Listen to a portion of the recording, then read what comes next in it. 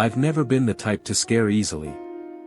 I've lived alone for a few years and always felt safe in my small house on the outskirts of town. But that night was different. It all started with a strange feeling, like I was being watched. I was finishing up the dishes when I noticed movement out of the corner of my eye through the kitchen window.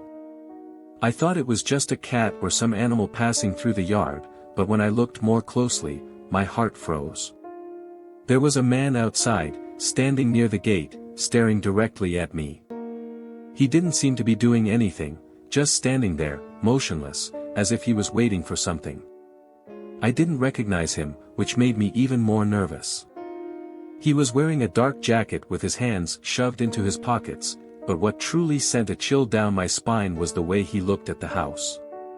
It wasn't curiosity, it was something more intense, like he knew exactly where I was and what I was doing. Without a second thought, I quickly shut the curtains and started locking every door and window. My hands were shaking so badly that it took me several tries to turn the key in the front door. When I finally finished locking everything, I tried to calm myself, telling myself it was probably just some lost stranger or maybe even a thief looking for empty houses. But then I heard something that made my blood run cold, knocking on the door. 3 firm, deliberate knocks. I held my breath for a moment, trying to decide what to do. There was no way to pretend I wasn't home, he had already seen me through the window. I grabbed my phone, ready to call the police, but I hesitated. What if it was something harmless? Maybe he just needed help or was looking for an address. Before I could decide, the knocking came again, this time more insistent. "Is someone home?" a man's voice asked from the other side of the door, calm, but firm. I froze, unsure of what to do. The voice didn't sound aggressive, but there was something about it that made me uneasy, too controlled, as if he knew exactly what effect he was having on me. "Who is it?" I asked, trying to sound firm, but my voice came out shaky. He didn't answer right away, and for a moment, I thought maybe he had left. But then I heard him again. "I just need a minute. I don't want to cause any trouble." Every word felt calculated, like he was carefully choosing what to say to convince me to open the door. My heart was pounding so hard I was sure he could hear it. I decided not to respond again. Instead, I ran to my bedroom and grabbed the baseball bat I kept in the closet for emergencies. I stood near the door, trying to listen for any movement outside. For a few seconds, there was total silence. Then, to my horror, I heard slow footsteps on the porch. They stopped right in front of the door, and then came another knock, louder this time, almost like a warning. "I know you're in there," he said, still calm, but with a more insistent tone. My hands were shaking so badly that I could barely hold the bat. I dialed 911, keeping my phone volume low so he wouldn't hear. When the operator asked what my emergency was, I whispered, "There's someone at my door, and he won't leave." The next few minutes were the longest of my life. As I waited for the police to arrive, I could hear his footsteps moving around outside, circling the house like he was looking for another way in. I heard the creak of the side gate opening, followed by the sound of something scraping against the house. He was trying to get inside. I ran to the living room and turned off all the lights, hoping he'd think I wasn't there anymore. The noise stopped for a moment, and then I heard his voice again, this time coming from the living room window. "You don't have to be afraid," he said, his smooth voice echoing through the glass. "I just want to talk." That was enough to send me into full panic mode. I grabbed my phone and called a friend, begging him to come over while I kept my eyes locked on the window. My friend said he was on his way, but I knew it would take him at least 20 minutes to get there. Every second felt like an eternity. I crouched beside the couch, trying to make myself invisible, while I heard the sound of something scraping against the window. He was trying to force it open. My heart was pounding so hard I could barely think straight. I tried to stay calm and remember the safety advice I'd heard before: stay quiet, don't respond, wait for the police. But it was impossible to ignore the terror building inside me. Then suddenly, the noise stopped. For a moment, I thought he had given up and left. Maybe the darkness convinced him that no one was home. But then I heard something even more terrifying, the sound of the back door handle being tested. He was trying another way in. I ran to the kitchen, gripping the bat so tightly that my hand started to hurt. The door creaked as if he was putting pressure on it. I knew the locks wouldn't hold for long. That's when I heard sirens in the distance. He must have heard them too, because there was a brief moment of total silence, then the sound of quick footsteps running away from the house. By the time the police arrived, the man was gone. They searched the area but found no trace of him. My friend arrived shortly after, and I finally let out a shaky breath, though I was far from feeling safe. The officers told me it was probably a one-time incident, maybe someone looking for houses to rob. But something about the way they said it unsettled me. There was no explanation for how he knew I was alone or why he seemed so determined to get inside.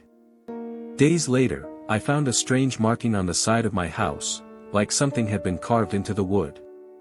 A symbol I had never seen before. To this day, I don't know who he was or what he wanted.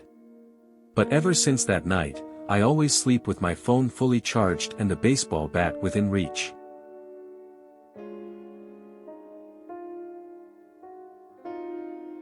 I was never the superstitious or paranoid type.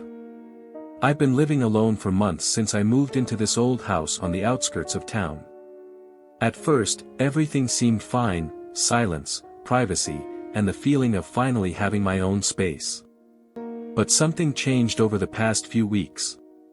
Small things started to bother me. A glass I was sure I left in the sink somehow ended up in the cabinet. An apple I bought disappeared without explanation. The interior doors were always open when I knew I had locked them before going to bed. I thought I was just tired or distracted, but then came the noises. They were subtle sounds, almost imperceptible, muffled footsteps upstairs or the creaking of floorboards at night. Every time I went to check, there was nothing there.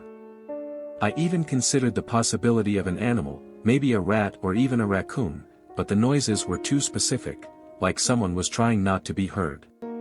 My mind started creating absurd scenarios, but I quickly dismissed them. "You're losing it," I told myself more than once. But the feeling of being watched never went away.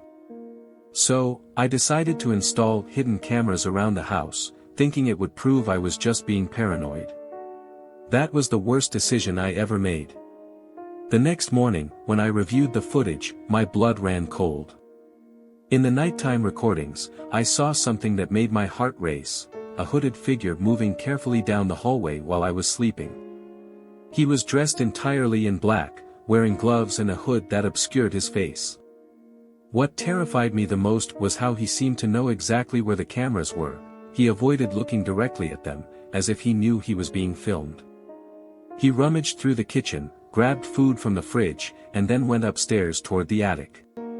The footage clearly showed that he never left the house after that. He was still inside. With me. I froze in front of the monitor, trying to process what I had just seen. This wasn't paranoia, someone had been living in my house without me knowing. A stranger had been hiding in my attic, sneaking down only when I was asleep to steal food and possibly watch me. The idea that he might have been there for weeks made me feel violated in a way I had never imagined. I thought about calling the police immediately, but something stopped me. What if he was armed? What if he realized I had discovered him and reacted violently? I decided to wait until I had a plan. I spent the entire day pretending nothing was wrong, keeping the cameras running while I tried to figure out my next move. That night, I went to my room as usual, but there was no way I could sleep. Lying in bed, knowing he could come down at any moment, was unbearable. Around 3 a.m., I heard the sounds again, soft, almost imperceptible footsteps from upstairs. I checked the cameras on my phone, and there he was, carefully making his way down the stairs, holding something in his hands. He walked to the kitchen, grabbed more food, and then went back up to the attic. My heart was racing, but I knew I had to act fast. I called the police, explained the situation, and begged them to come immediately. When the officers arrived, they climbed up to the attic cautiously, guns drawn. I waited downstairs, shaking with fear and adrenaline. After a few minutes, I heard shouting and orders being given. The man was found curled up in a corner of the attic, surrounded by empty food cans, water bottles, and even some of my clothes he had apparently stolen. He looked exhausted, with deep dark circles under his eyes and filthy clothes, like he had been living there for a long time. During questioning, we found out he was a former resident of the house who had been evicted years ago and, for some reason, decided to sneak back in. He said he knew I lived alone and thought he could stay hidden without being noticed. But the thing that haunted me the most was his last sentence before they took him away. I just needed a place to stay.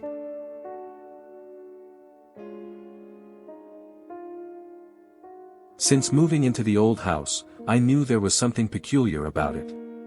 The place had a gloomy atmosphere, as if it held secrets buried within its walls and yard. I've always enjoyed exploring spaces like this, so on a sunny afternoon, I decided to take a good look around the neglected backyard. The grass was overgrown and full of weeds, but something caught my attention, a slight depression in the ground, almost imperceptible, covered by dry leaves and dirt. Curious, I started digging with my hands until I found a rusty hatch, partially hidden beneath the vegetation. It looked like it hadn't been opened in years. Without thinking much, I pulled on the corroded latch and opened the hatch, revealing a metal ladder leading down into darkness. I pulled a flashlight from my pocket and carefully descended, trying to make sense of what this place was. The air was damp and heavy, carrying a musty smell that made my nose itch. When I reached the bottom of the ladder, I found something that made my blood run cold, a filthy old mattress thrown into the corner, a few scattered cans of expired food on the floor, and, most disturbingly, a modern camera mounted on a tripod, aimed directly upward at the hatch. The moment I realized this, my phone vibrated in my pocket, a notification. It was an automated message from an unknown app on my phone. Live stream started. My heart pounded as I opened the app and saw the live feed. It was a clear view of my own living room, as if someone was filming from inside my house. But I was in the tunnel, far from any camera I knew about. I bolted up the ladder, climbing so fast I nearly tripped. When I reached the living room, everything looked normal, except for a small camera hidden in the corner of the ceiling, camouflaged so well I would never have noticed it if I hadn't been looking for it. Someone had installed a full surveillance system inside my home without me knowing. But who? And why? I started searching every inch of the house, looking for more cameras or any sign of intrusion. I found another one in the bedroom, hidden behind a curtain, and another in the kitchen, positioned strategically to capture all my movements. It was as if someone had turned my house into a stage, and I was the unwilling main character. I went back to the tunnel, trying to understand how all of this had been set up without me noticing.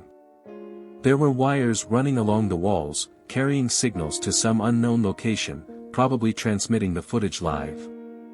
The more I explored, the more nauseous I felt at the thought that someone had been inside my home, installing these devices while I was away. I decided to check my phone recordings again, looking for clues about who might be behind this. The app receiving the live footage had no clear identifiers, but I noticed something strange. The date on the recording started weeks before I moved into the house. That meant the system had already been active before I even set foot there. And then, I found something even more disturbing, an audio file attached to one of the earlier transmissions. When I played it, I heard muffled voices discussing something, but one sentence was clear. "He's going to be the next one." I shut off my phone immediately, feeling a chill run down my spine. I didn't know who they were, but one thing was now certain: I was never truly alone in this house. And maybe, I never had been. I called the police as soon as I managed to get my body under control. I explained everything I had found, from the tunnel to the cameras and the live streams. They arrived quickly, thoroughly searching the house and the underground space. During the investigation, they discovered something even more terrifying. There were more devices in the tunnel, including monitors and recording equipment that had been used to spy on previous occupants. But the most disturbing discovery was a notebook filled with detailed handwritten notes, daily routines, entry and exit times, even personal preferences. It seemed like someone had been carefully studying the residents of this house for years. The police said it was likely the work of an obsessive voyeur, but no suspect was found in the area. Since then, I've changed the locks, hired security, and installed alarms. But even now, I still feel like I'm being watched. To this day, I don't know who was behind it. But I do know one thing: this house holds secrets I will never fully uncover.